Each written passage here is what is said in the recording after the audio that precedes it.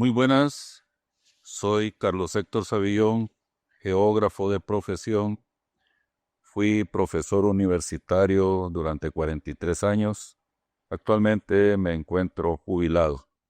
Sin embargo, siempre estamos en la disposición de colaborar con los exalumnos, con los amigos y con las instituciones para tratar de formar una cultura geográfica en el país.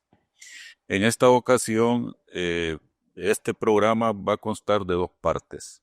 Una primera parte que vamos a hablar sobre el relieve de Honduras y en la segunda parte vamos a hablar de la hidrografía de Honduras. Para entender ambos procesos, entonces vamos a dar algunas ideas conceptuales de introducción para después caracterizar tanto el relieve como la hidrografía del país. En primer lugar, el relieve terrestre, o qué son las formas de relieve. Las formas de relieve es la conformación que tiene el territorio y esa conformación está dada por las irregularidades que tiene la superficie terrestre y ese relieve no solamente se da en la parte de los continentes, sino que también se da en los fondos marinos. Por lo tanto, toda la superficie terrestre, tanto continental como oceánica, está conformada por una serie de formas que están dadas por los procesos de formación del relieve. Entonces, cuando hablamos del relieve interior, o sea, el relieve interior de Honduras, en este caso de cualquier otro país, estamos hablando de planicies, valles, mesetas, colinas, montañas, sierras, cordilleras, etcétera. Y cuando hablamos del relieve costero, también en la parte de tierra está formada por penínsulas, puntas, cabos, bahías, radas, golfos, rías, estrechos, islas, cayos, albúferas o albuferas, esteros, estuarios, deltas, etc. Y luego el relieve submarino, pues las grandes unidades del relieve submarino son la plataforma continental, zócalo o talud continental, las planicies abisales, los dorsales midoceánicos, los cañones submarinos, las fosas, etc. Entonces, como vemos, toda la superficie terrestre, continental y oceánica, entonces, tiene diferentes formas que se han estudiado para poderlas clasificar de una manera más, para que tengamos una mejor idea de cómo se conforma la superficie terrestre. Ahora bien, ¿qué produce las formas de relieve? ¿Por qué se producen las formas de relieve? ¿Por qué tenemos montañas? ¿Por qué tenemos valles? ¿Por qué tenemos mesetas? ¿Por qué tenemos cañones? Etcétera, etcétera. Entonces, básicamente, en la configuración del relieve terrestre, y en este caso en los continentes, tenemos en primer lugar las fuerzas tectónicas. Tectónico viene del griego tectón, que quiere decir construir. O sea que las fuerzas tectónicas son las que construyen las formas del relieve. Y las fuerzas tectónicas actúan a través de dos procesos, el diastrofismo y el vulcanismo. Pero tanto diastrofismo como vulcanismo son productos del magma. O sea, el interior de la Tierra está conformado básicamente por tres grandes capas. La más interior de todas es el núcleo. Luego sobre el núcleo hay una capa que se llama manto. Y luego sobre el manto hay una capa delgada que es la corteza terrestre.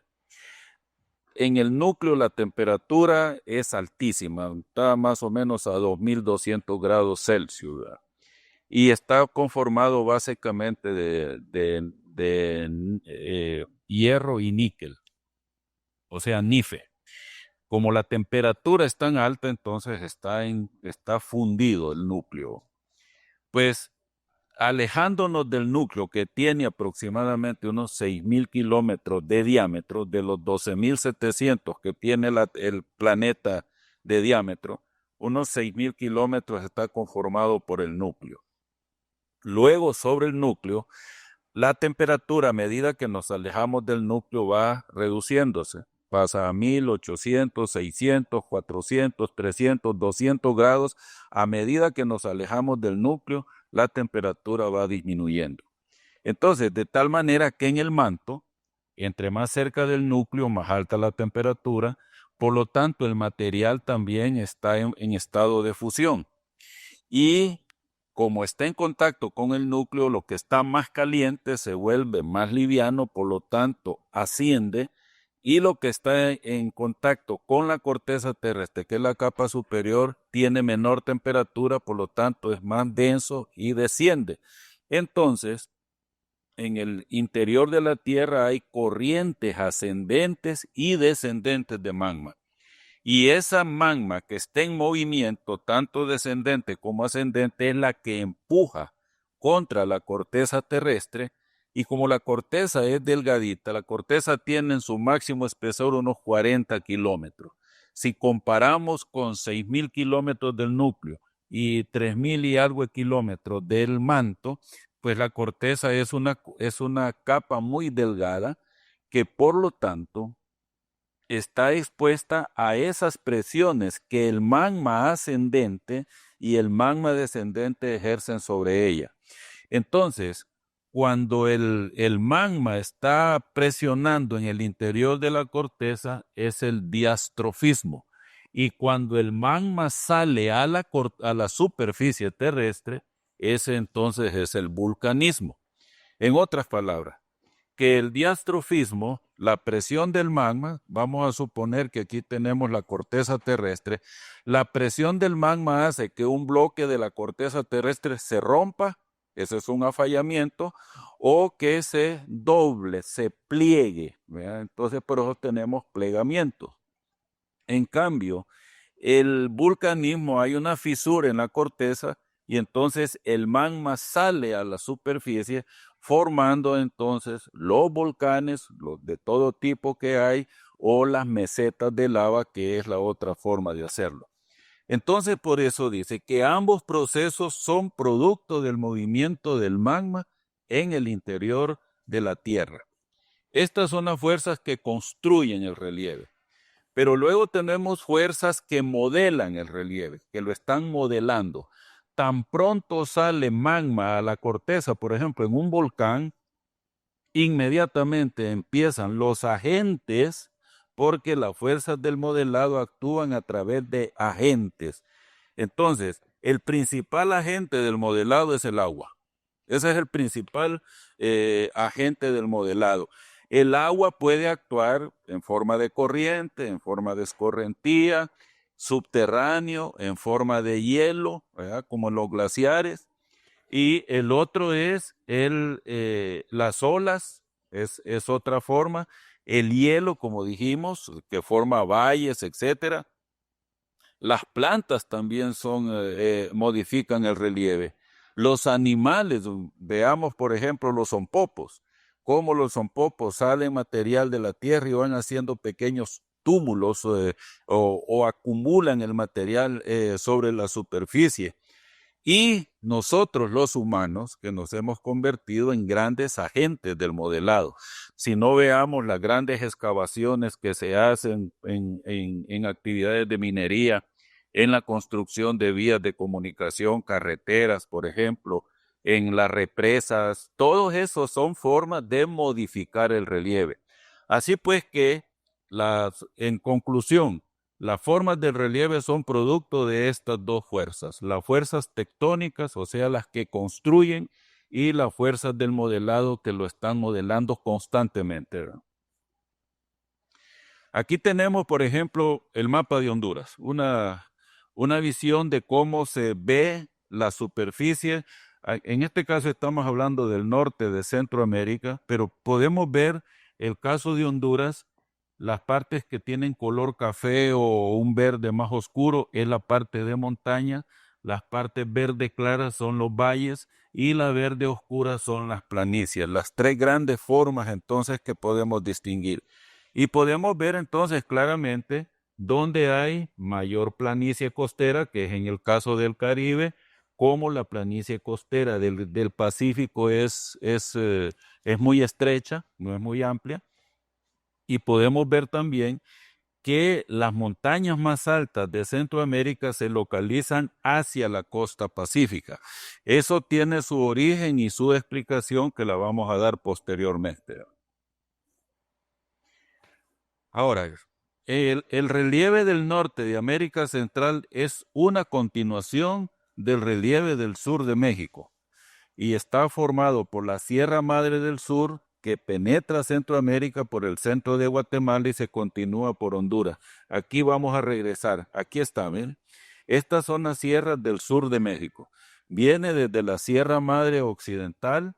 Hay una madre oriental, pero esa es hacia el Golfo de México, pero la Sierra Madre Occidental, que es una continuación de las montañas rocosas que se dan entre Canadá y Estados Unidos. Y esta se inicia en Alaska, con las montañas de Alaska. Entonces, la Sierra Madre del Sur, que aquí vemos que hay una Sierra Madre Oriental de Chiapas, que es la que está al norte. Esta es la que, perdón, esta es entonces la que eh, vemos un engolfamiento aquí, que es el lago Izabal en Guatemala, que está en una depresión tectónica. Esta montaña de la Sierra Madre Oriental de México se terminan en las montañas de Belice, ¿verdad? Y luego la otra que se deriva a la frontera entre Honduras y Guatemala, y que el límite de esta es una enorme falla geológica, que es la falla del río Motagua. Esta es la falla del Motagua, que vean ustedes que es un río prácticamente que va en línea recta. Cuando hablemos de los ríos vamos a hablar precisamente de ese tipo de drenaje. Y luego la Sierra Madre del Sur propiamente, que pasa por todo Guatemala, el centro de Guatemala, y esa es la que penetra Honduras, formando entonces todas las montañas del norte, del centro y el sur de Honduras. Entonces, otro detalle, todo el istmo centroamericano forma parte del sistema alpino. ¿Qué es esto del sistema alpino? El sistema alpino son todas las grandes cadenas montañosas del mundo actualmente. Las montañas más altas que hay en el mundo actualmente, digamos los Andes, digamos las Rocosas, digamos los Himalayas, los Alpes, los Pirineos, los Atlas en el norte de África y todas las grandes cadenas montañosas de Asia, todas forman parte del sistema alpino. Y este sistema alpino son montañas que se vienen formando en los últimos 120 millones de años. Porque antes del sistema alpino, las montañas más antiguas ya son, por ejemplo, los Urales, los montes escandinavos, todas las islas británicas, parte de los montes de Siberia, o los Alpes australianos, o todo el centro-sur de África, la meseta de Brasil, la meseta de Guyana. Todos esos forman parte de un sistema, de un sistema anterior, que tiene ya 300, 400 millones de años.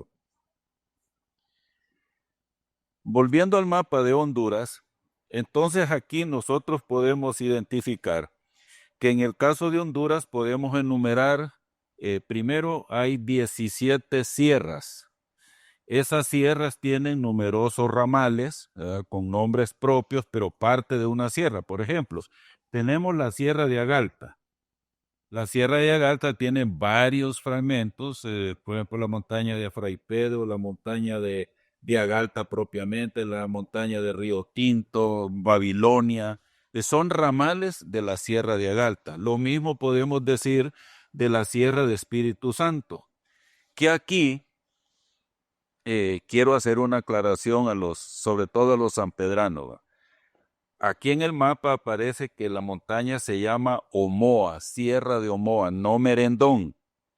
El Merendón está aquí entre Ocotepeque y Copán. Por lo tanto, lo correcto es llamar a la montaña que está al norte y oeste de San Pedro Sula, Sierra de Omoa, porque ese es el nombre correcto. Y Merendón es en el occidente del país. Entonces, Espíritu Santo y Omoa es una sola sierra.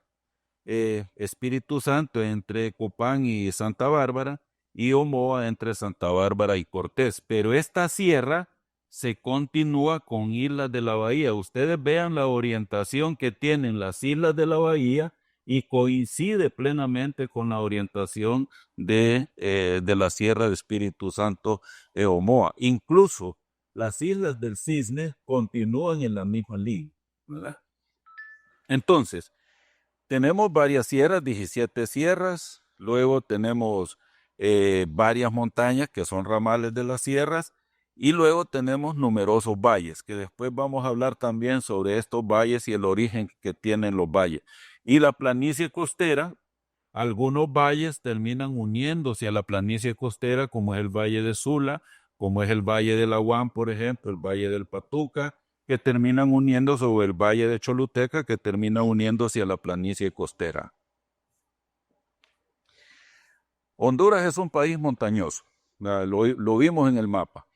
Y esto más o menos, si lo ponemos en números, el 70% del territorio es montañoso y un 30% restante que lo forman las dos planicies costeras y algunos valles interiores. Ahora, las montañas están agrupadas en 17 sierras y a su vez estas 17 sierras están conformadas en 3 sistemas montañosos. Vamos a regresar el mapa porque son 3 sistemas. Un sistema llamado Sistema Montañoso del Norte, que es Espíritu Santo, Omoa y Nombre de Dios. Estas 3 sierras forman el Sistema Montañoso del Norte.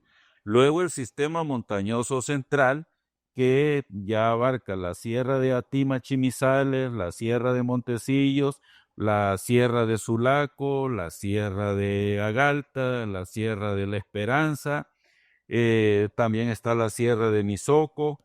Esas forman parte de la Sierra de Comayagua, todas forman parte del Sistema Montañoso Central. Y el Sistema Montañoso del Sur, que tiene las montañas más altas del país y además el más largo, viene desde Merendón, pasa por Celaque, Puca o Palaca, La Sierra, Lepaterique y luego Dipilto, que Dipilto es la sierra más larga porque va desde la montaña de la Botija en Choluteca hasta las montañas de Colón en Gracias a Dios. Ahora, ¿qué características tiene nuestro relieve? En primer lugar, nuestro relieve es joven. ¿Qué quiere decir eso? Recuerden que antes mencionaba que nuestro relieve forma parte del sistema alpino. Pues el sistema alpino forman parte todas las montañas del mundo que se están formando, siguen formándose. Por ejemplo, el monte Everest, el más alto del mundo, sigue elevándose, ¿verdad? Los japoneses establecieron unas estaciones para estar midiendo la elevación en diferentes puntos y regresan, no sé si cada año, cada 2 años a medir, y han medido ya que centímetro a centímetro del Everest sigue elevándose. Lo mismo pasa con las montañas de Sudamérica, los Andes. Bueno, pues, ¿por qué? Porque las revoluciones orogénicas que han formado nuestro país o el territorio del mundo, hay las llamadas revoluciones orogénicas, son estos movimientos masivos de magma que, como el magma se mueve lentamente, entonces el magma en algunos momentos produce movimientos de tal magnitud que forma cadenas montañosas. Las primeras revoluciones orogénicas datan allá de hace unos 3.500, 4.000 millones de años. Pero en nuestro país, las que han participado en la formación de nuestro relieve, primero la Revolución Apalachana. El nombre viene por los Apalaches, cuando se formaron los Apalaches hace unos 400 millones de años. La que verdaderamente levantó el territorio de Centroamérica en su mayor parte fue la Laramidiana. La Laramidiana viene de una sierra de las rocosas que se llama Montañas Laramie, en Wyoming, Estados Unidos. Después vino la Revolución Cascadiana, la que formó la Sierra de las Cascadas en la parte de California. y la nevadiana por la Sierra de Nevada, que son las dos últimas revoluciones y que son las que siguen formando todavía nuestro relieve. Entonces, como estas revoluciones nevadiana cascadiana se han producido en los últimos 20, 30 millones de años, por lo tanto, por eso decimos que nuestro relieve es joven. En términos geológicos, 1 millón de años es nada. Es como decir 1 minuto o 2 minutos en tiempos de hora. Por lo tanto, si nuestro relieve se ha formado básicamente en los últimos 60 millones de años, entonces quiere decir que es un relieve joven. ¿Y cómo identificamos nosotros que es un relieve joven? Primero, porque es muy irregular. Y si no, vean ustedes las montañas de Honduras, son muy irregulares en su forma. Cuando las montañas o viejas tienen la forma bien conformada, lomas son muy redondeadas. En cambio, las montañas jóvenes tienen muchos desfiladeros, muchos cortes, cañones, etcétera. Entonces, pues, como característica de nuestro relieve que es joven es que es muy abrupto. Y eso de lo abrupto es de lo irregular que tiene, ¿verdad? O simplemente viajemos por la carretera del sur y vamos a ver ahí por Sabana Grande, la cuesta de Moramul, que todo, cómo son de irregulares las montañas ahí. La otra característica es que nuestro relieve es producto del empuje de la placa tectónica de Cocos contra la placa tectónica del Caribe. Esto nos lleva entonces a explicar que producto del movimiento del magma en el interior de la Tierra, esas grandes corrientes magmáticas hacen que la corteza terrestre, por ser tan delgada, y la corteza terrestre es la parte enfriada de la Tierra. Es como cuando ustedes ponen a congelar agua en una tina o en un recipiente amplio, lo ponen a congelar y al cabo de 1 o 2 horas van y sacan, van a ver ustedes que se ha formado una capita de hielo sobre el agua, pero si ven al fondo, todavía es agua, todavía no se ha congelado. Para que se congele todo, tiene que pasar mucho tiempo. Bueno, pues la corteza terrestre es esa capa que en los últimos 4.600 millones de años se ha ido enfriando poquito a poco y tiene ya en algunos puntos 8, 10, 15, 20, 30 kilómetros de espesor. Cuando ustedes lo ven, esa capita delgada, en contra de una masa de magma de muchos kilómetros de extensión que esté empujando, entonces esa capa se rompe y se ha roto en grandes segmentos llamadas placas tectónicas, porque son fragmentos de la corteza que flotan en el mar de magma que forma el manto. Entonces, hay placas tectónicas de gran tamaño que abarcan todo un continente. Por ejemplo, Sudamérica, una sola placa.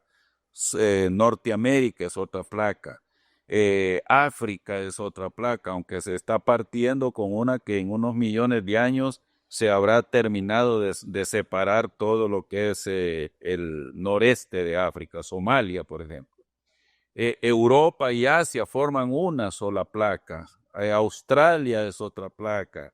Antártida es otra placa. Pero también hay placas pequeñas, ¿verdad? Dentro de esas placas pequeñas, pues está la placa del Caribe, que es donde está todo el istmo centroamericano y las islas del Caribe. La placa de Cocos, que está por la isla de Cocos, que pertenece a Costa Rica en el Pacífico. Y hay placas más pequeñas todavía, la de Juan de Fuca, por ejemplo, frente a Vancouver, en Canadá, y así por el estilo. Entonces, ¿por qué se formó Centroamérica? Centroamérica se formó por el empuje que la placa de Cocos está haciendo y al chocar contra el Caribe, entonces eso hizo que el istmo centroamericano emergiera. O sea, el istmo centroamericano con pruebas de fósiles se ha demostrado que hace unos 10 millones de años no existía Panamá o el istmo de Panamá. Todavía el Pacífico y el Atlántico se comunicaban, pero al emerger, al terminar de emerger el istmo centroamericano, entonces ya se formó el puente entre Norteamérica, Sudamérica, y el flujo de agua del Pacífico al Atlántico ya dejó de producirse. Eso produjo una reconfiguración de las corrientes oceánicas, que es otro punto para explicar lo del clima. Bueno, entonces nosotros, América Central, surgimos por el empuje de la placa de Cocos. Y, el choque entre la placa de Cocos y la placa del Caribe se da frente a la costa del Pacífico, más o menos unos 100 kilómetros mar adentro del Pacífico. Allí está la zona de choque entre las dos placas. Por eso, toda la franja costera del Pacífico de Centroamérica es la franja volcánica y es la franja de terremotos. Allí es donde se produce la mayor parte. Eso nos indica que hay actividad tectónica allí, porque repito, la placa de Cocos, y la placa de Cocos es una placa que tiene un desplazamiento que más o menos anda entre 5 o 10 centímetros por año. Dirán, eso es muy poco, pero en términos geológicos es muy importante. También, nuestro territorio está muy fragmentado por numerosas fallas geológicas. Las fallas geológicas son rupturas que se dan en la corteza terrestre. Entonces hay muchas fallas que atraviesan nuestro territorio y algunas de esas fallas tienen actividad y lo vemos, que con frecuencia vemos ahí que se produjo un terremoto en el Pacífico, que se produjo un sismo allá por gracias a Dios, o en Colón o en Atlántida, en las islas de la bahía. Entonces, pues, porque tienen numerosas fallas geológicas. Y las montañas que tenemos en Honduras, ¿cuál es su origen? Porque las montañas se pueden originar, pueden ser volcanes, por ejemplo, o en otros casos, producto de estas rupturas, hay montañas que se le llaman montañas de bloque. Cuando un bloque de la corteza se rompe, un bloque se levanta y el otro se hunde. El bloque que se levanta forma la montaña, ejemplo el Picacho, y el bloque que se hunde es un graben o depresión, y es el caso de la parte baja de Tegucigalpa. O otro ejemplo que puedo mostrar es el Valle de Comayagua. El Valle de Comayagua es un graben limitado por la montaña de Comayagua de un lado, montaña de bloque, y la montaña de Montecillos por el otro lado. Si uno ve hacia La Paz, entonces la montaña de Montecillos, dos montañas de bloque limitadas por un graben. Eso es producto de un afallamiento. Y por eso también la gran mayoría de valles, de los valles grandes que tenemos en el país, son tipo graben o gruta, como se le llama también. Aquí lo podemos ver. El color verde es las planicies costeras, que en algunos casos los valles, por ejemplo el Valle de Sula, termina uniéndose a la planicie costera. Lo mismo aquí el Valle de Leán y los valles de Atlántida, que terminan uniéndose a la planicie. El Valle de la Huán termina uniéndose a la planicie. Lo mismo la del río Sicre, y los ríos de Río Segovia, Río Patuca, etcétera, todos terminan uniéndose. Lo mismo aquí en el sur, ¿verdad? Y las partes rojizas son las montañas más altas que vemos en el país. Pero estas, como les repito, son montañas de bloque. Esta es una montaña de bloque, esta es otra montaña de bloque, esta es otra montaña de bloque, lo mismo aquí, y no digamos también en Occidente, todas montañas de bloque. Entonces aquí tengo una serie de fotografías de varios lugares. La Sierra de la Esperanza. La Sierra de la Esperanza está entre Olancho y Colón. Cuando uno viaja por el corredor agrícola que le llaman de San Esteban a Tocoa, entonces esta es la montaña que se atraviesa, la montaña de la Esperanza. Sierra de Espíritu Santo. Este es en la zona de entre Copán y Santa Bárbara, que uno de los ramales de la Sierra de Espíritu Santo es la montaña de Helencia. La montaña de Helencia, cuando uno va a las ruinas de Copán, es el pico más alto que ve hacia el occidente. La Sierra de Montecillos, esta es la sierra que uno ve cuando baja la pirámide hacia el valle de Comayagua. Pues la montaña que uno ve al fondo hacia el oeste es la Sierra de Montecillos. La Sierra de Omoa, pues la que vemos en la zona de San Pedro Sula, que aquí, por eso les repito, si uno va a Omoa y le pregunta a la población de Omoa cómo se llama esa montaña, que se ve al fondo, esa montaña de Omoa, pero va a San Pedro y le dicen, no, es la montaña del Merendón. Entonces no puede ser, ¿verdad?, que la misma montaña tenga nombres diferentes, ¿verdad? Esto viene por errores que se vieron allá hace muchísimos años. Yo recuerdo que allá en los 50, 60, cuando yo fui a la escuela, el libro de texto de estudios sociales decía que la Sierra del Merendón era la sierra más larga de Honduras porque iba desde Ocotepeque hasta Cortés, decía. Allí hay un error, obviamente, porque el Merendón es, como repito, entre Ocotepeque y Copán. Y Omoa es la que está en el departamento de Cortés. La Sierra de Ipilto, que la Sierra de Ipilto es la más larga del país, porque la Sierra de Ipilto va desde Choluteca hasta Gracias a Dios. Y la Sierra de Mico Quemado, que esta sierra es la que está al pie de la ciudad del Progreso, y ahora está al pie precisamente de esta sierra. Esta fotografía es para demostrar, aquí hay un elemento, ¿va?, para recapitulando. Vean ustedes la forma de la montaña, que es una forma bastante irregular, ¿verdad? Por ejemplo, aquí vemos picos muy pronunciados, ¿no? Bueno, pico muy pronunciado, ya que moví, pico bonito, pico muy irregular.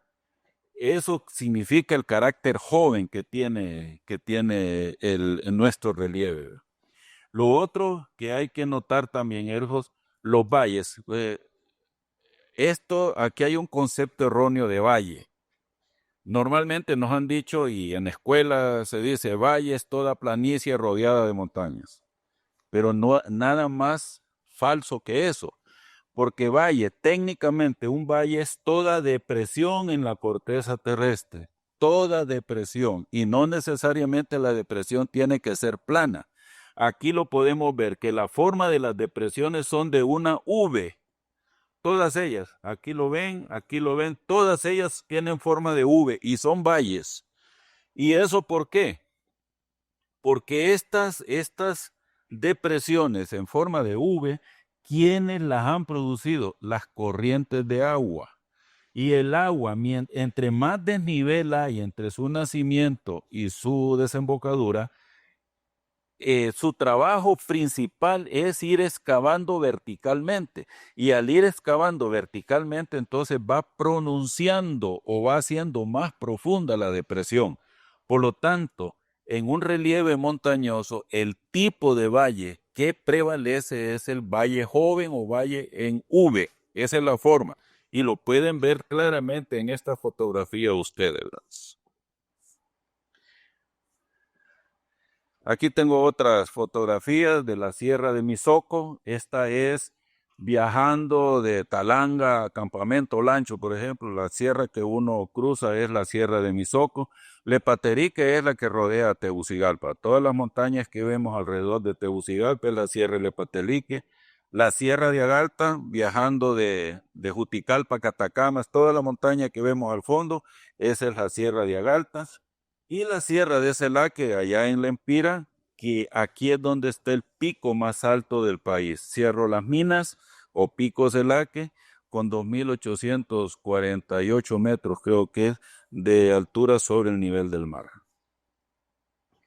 Y esta es una foto del lago de Yohoa, pero con la segunda montaña más alta del país, que es la montaña de Santa Bárbara o Cerro Maroncho, como se llama.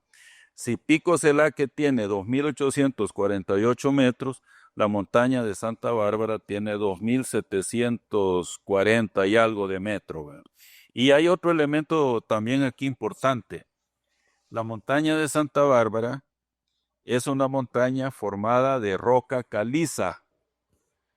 De las montañas de roca caliza se dice, y yo lo creo mucho, que es la montaña de roca caliza más alta de Centroamérica, porque en Centroamérica los picos más altos son volcanes, pero de roca caliza la montaña de Santa Bárbara, que si uno va a los alrededores del lago de Yohoa o va a Las Vegas, Santa Bárbara, Y toda esa zona ahí lo que encuentra es roca caliza. Y si subimos la montaña, lo que vamos a ir viendo a medida que ascendemos la montaña es roca caliza. ¿Qué quiere decir eso? La roca caliza es una roca de origen químico marino. O sea, la roca caliza se forma en mares poco profundos que se van depositando todos los sedimentos con alto contenido de calcio y de esa manera, con el tiempo, con los millones de años, se convierte en roca, ¿verdad? La roca caliza es una roca que puede tener un color blanquecino, grisáceo, a veces tirando amarillento, café, pero fundamentalmente es entre blanco y gris. Es la roca que podemos ver, por ejemplo, en las cuevas de Talgua, en las cuevas de Taulavé y en varios lugares del país. Entonces, la explicación, si hay roca caliza en un lugar, quiere decir que ese lugar anteriormente estuvo cubierto por el mar, porque no hay otra forma de que una montaña o en un lugar haya roca caliza que no haya estado cubierta por el mar, porque la roca caliza solo se forma en mares poco profundos. Entonces, si tenemos roca caliza, la Sierra de Agalta, por ejemplo, es roca caliza, en su mayor parte roca caliza. La Sierra de Punta Piedra, entre Olancho, Colón, gracias a Dios. La Sierra de Comayagua, la Sierra de Montecillos, la Sierra de Santa Bárbara. Bueno, que es la montaña de Santa Bárbara, allí se inicia la Sierra de Montecillos. Entonces, si en esos lugares hay roca caliza, quiere decir que todo eso estuvo cubierto por el mar hace allá 100, 200 millones de años, porque la roca caliza se fue depositando durante la era mesozoica. Y la era mesozoica va de unos 65 millones hasta 225 millones atrás. Entonces quiere decir que en la era mesozoica toda esta parte del territorio hondureño estaba bajo el mar, ¿verdad? Y que se fue llenando de sedimentos posteriormente. Otra vista de Pico Bonito, miren lo irregular que es, nuevamente nos está indicando el relieve joven que tiene el país. Bueno, ahora vamos con los valles. Valle, dice, es toda depresión en la superficie terrestre. Toda depresión, no necesariamente que tenga planicie. Y los valles tienen diferentes orígenes.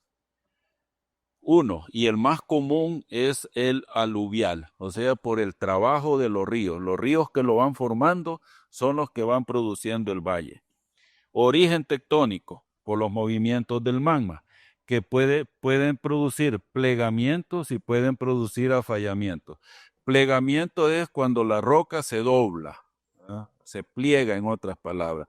Afallamiento es cuando la roca se rompe, o sea, hay un rompimiento. Pero en ambos casos, por ejemplo, el Valle de Comayagua es producto de un afallamiento o fallamiento. Eso es, y los grandes valles de Honduras, Valle de Choluteca, Valle de Otoro, Valle de Comayagua, Valle de Olancho, Valle de Jamastrán, Valle del Zamorano, Valle de Ocotepeque, Valle de Gracias, Valle de Sula, Valle de Quimistán, Valle de La Huán, Valle de Agalta, todos esos valles son productos de fallamientos. Eso, entonces, ¿por qué? Por producto del rompimiento de placas. En algunos lugares vamos a encontrar pequeños vallecitos que son producto de plegamiento, o sea, la roca no se rompió, sino que se plegó, se dobló. Y el tercer origen es glacial, por el trabajo del hielo. Pues en Honduras, obviamente, aquí no hay valles de origen glacial, ¿verdad? Porque se cree que hace unos 600 millones de años todo el planeta se congeló, pero para ese entonces Centroamérica no existía, ¿verdad? No era parte de las áreas emergidas del planeta. Ahora tenemos diferentes fotografías de valles, por ejemplo, el Valle de Sula, el Valle del Zamorano, el Valle de la Huam, Valle Sico Paulaya. Todos los cuatro valles son graves, o sea, depresiones tectónicas, ¿verdad? De los más grandes, el Valle de Olancho es el más extenso, pero el más urbanizado del país es el Valle de Sula. Y aquí también un mensaje, ¿verdad? el Valle de Sula lo estamos perdiendo a la urbanización. Uno de los valles más fértiles del país, porque aquí este valle lo han ido llenando de sedimentos dos ríos muy grandes, el Ulúa y el Chamelecón. Y los sedimentos aluviales son los más ricos que hay. Sin embargo, esos suelos agrícolas de primera los estamos perdiendo por la urbanización. Y si no, veamos todas las colonias que se están produciendo, todas las fábricas que se han instalado, y ese es territorio que lo perdemos. Cuando se urbaniza una tierra agrícola, ese es terreno perdido ya. Solo preguntémonos, dentro de 100 años, 200 años, 300 años, ¿dónde van a cultivar sus alimentos nuestros descendientes si las tierras agrícolas las estamos urbanizando? Y eso lo vemos en todos los valles de Honduras. Vamos a Olancho, lo que antes eran grandes haciendas, grandes maizales, frijolares, hoy los están lotificando. Vamos a Comayagua, la misma historia. En todos los valles de Honduras se está produciendo ese fenómeno.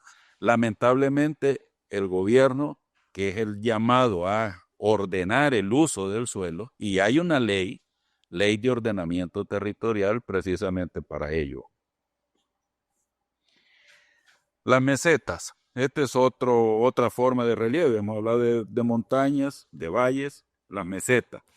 Una meseta técnicamente es una planicie elevada o altiplano que tiene sus bordes escarpados. Las hay de diferente tipo. Hay mesetas de pie de monte, hay mesetas intramontanas, hay mesetas escalonadas y hay mesetas propiamente dichas. Entonces vamos a ver, por ejemplo, Piedemonte, la meseta de la Esperanza, aquí está la Esperanza. La meseta de la Esperanza está al pie de la montaña de Opalaca, ¿verdad? Entonces, por eso decimos que es una meseta de Piedemonte. Alguien dirá, no, pero la meseta de la Esperanza está rodeada de montaña. Sí, pero comparando la altura de lo que lo circunda, porque la Esperanza es la parte más baja, ¿verdad?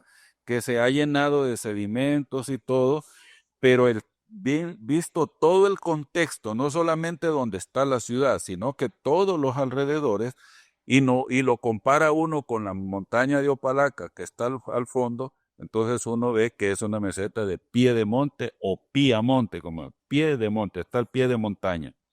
Santa Rosa de Copán igual. Santa Rosa de Copán está al pie de la montaña de Gallinero, que la montaña de Gallinero es un ramal de la Sierra del Merendón. Ese es ramal en Copán de la Sierra del Merendón. San Juan Intibucá. San Juan Intibucá es una meseta intramontana, porque está rodeada de montañas de la Sierra de Puca o Palaca. Así que por eso es una meseta intramontana. Ahora, las planicies costeras. Las planicies costeras son depósitos de sedimentos por parte de los ríos. Los ríos que desembocan en el mar, esos son los que van formando la planicie. Aquí tenemos que esta creo que es en el valle de Aguán, entonces donde podemos ver la cantidad de sedimentos que han formado y la planicie costera va creciendo paulatinamente. Por ejemplo, si nos ubicáramos en 1492, cuando Colón estuvo en Punta Caxinas o Punta Castilla, y regresamos hoy, ¿cuánto ha crecido Punta Caxinas desde que Colón estuvo ahora, 500 años después?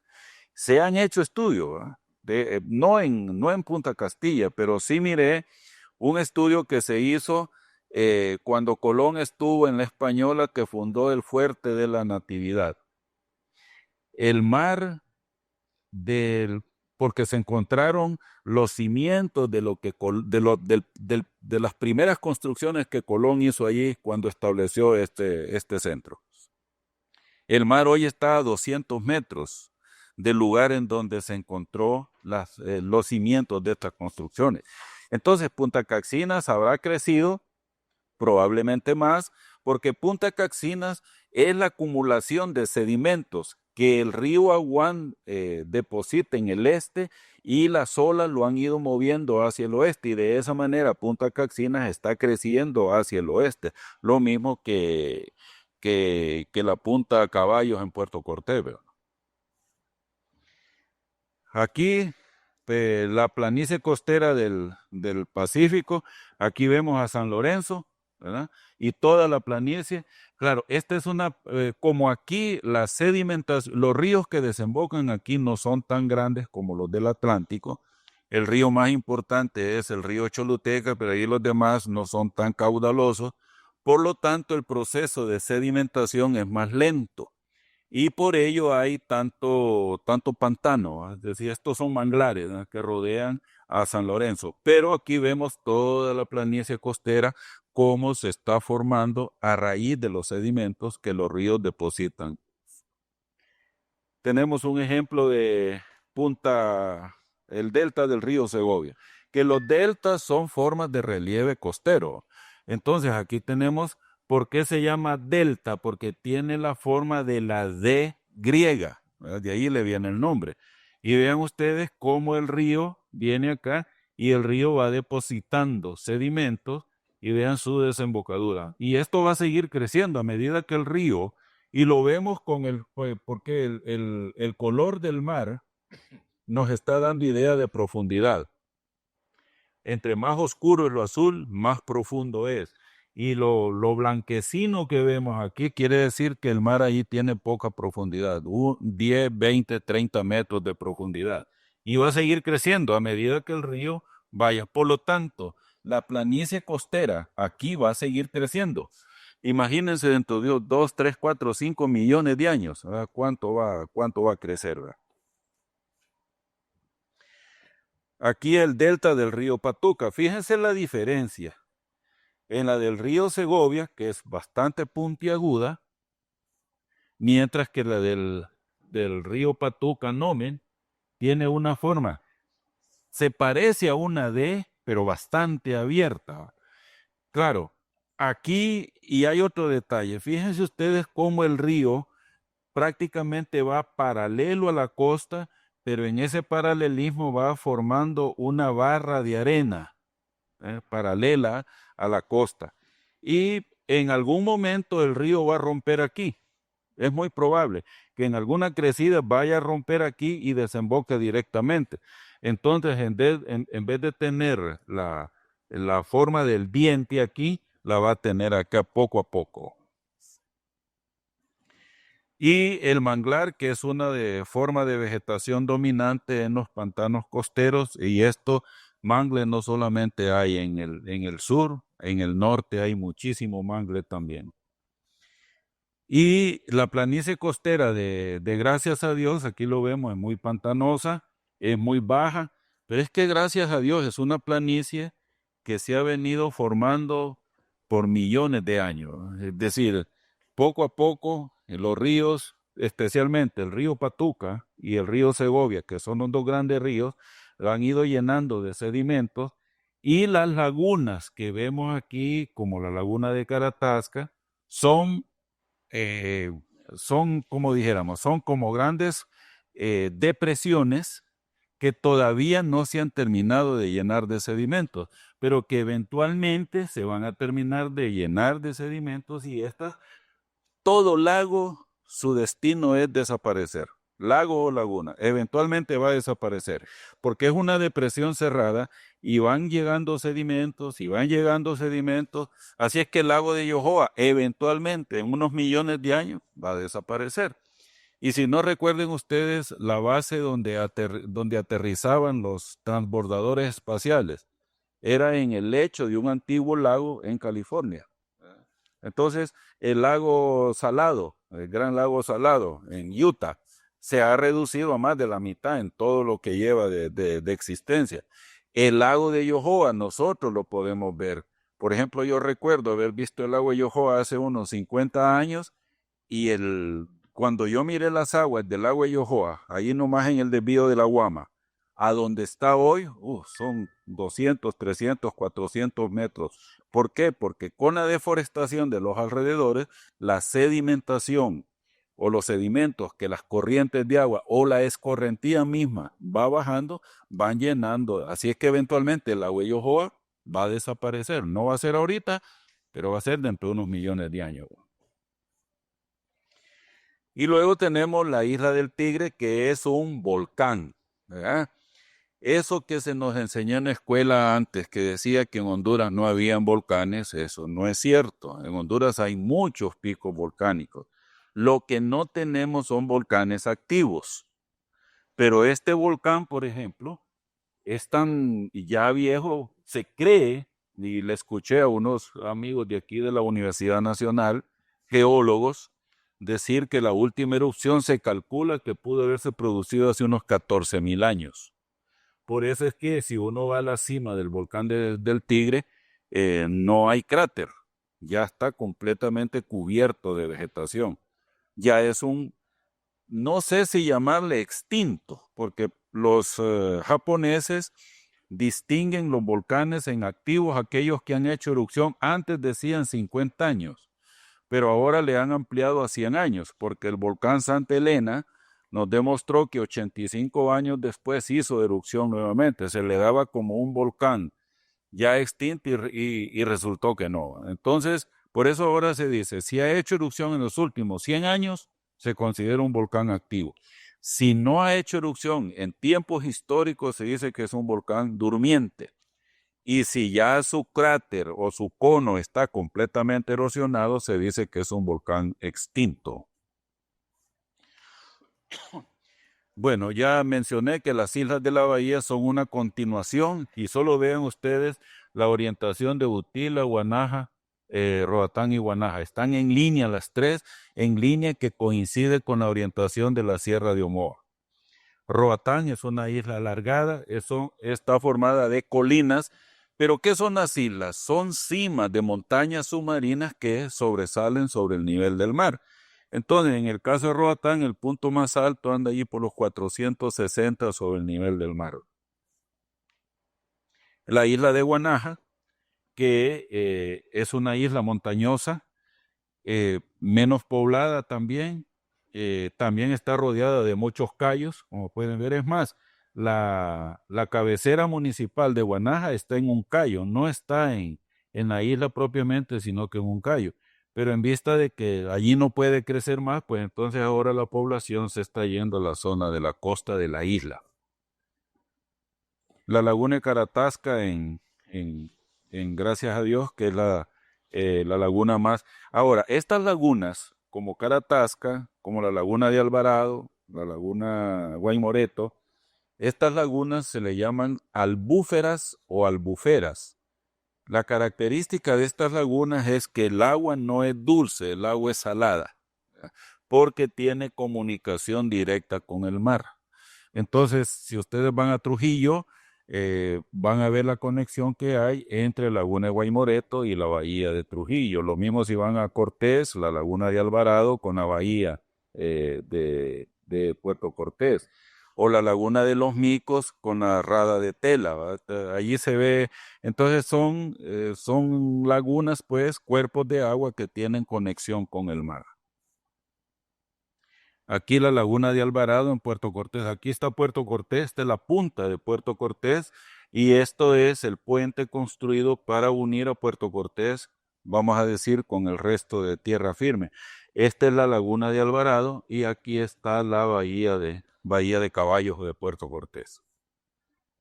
Y las lagunas de los Micos, en el caso de Tela, esta es la rada de Tela, aquí está el mar y esta es la laguna. Aquí se ve la conexión y esta es la laguna de los Micos.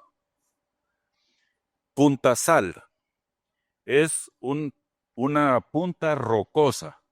Esta punta, es más, esta punta, cuando se formó Honduras allá en la era mesozoica con la revolución aramidiana, las rocas más antiguas que se han encontrado en el país precisamente están aquí.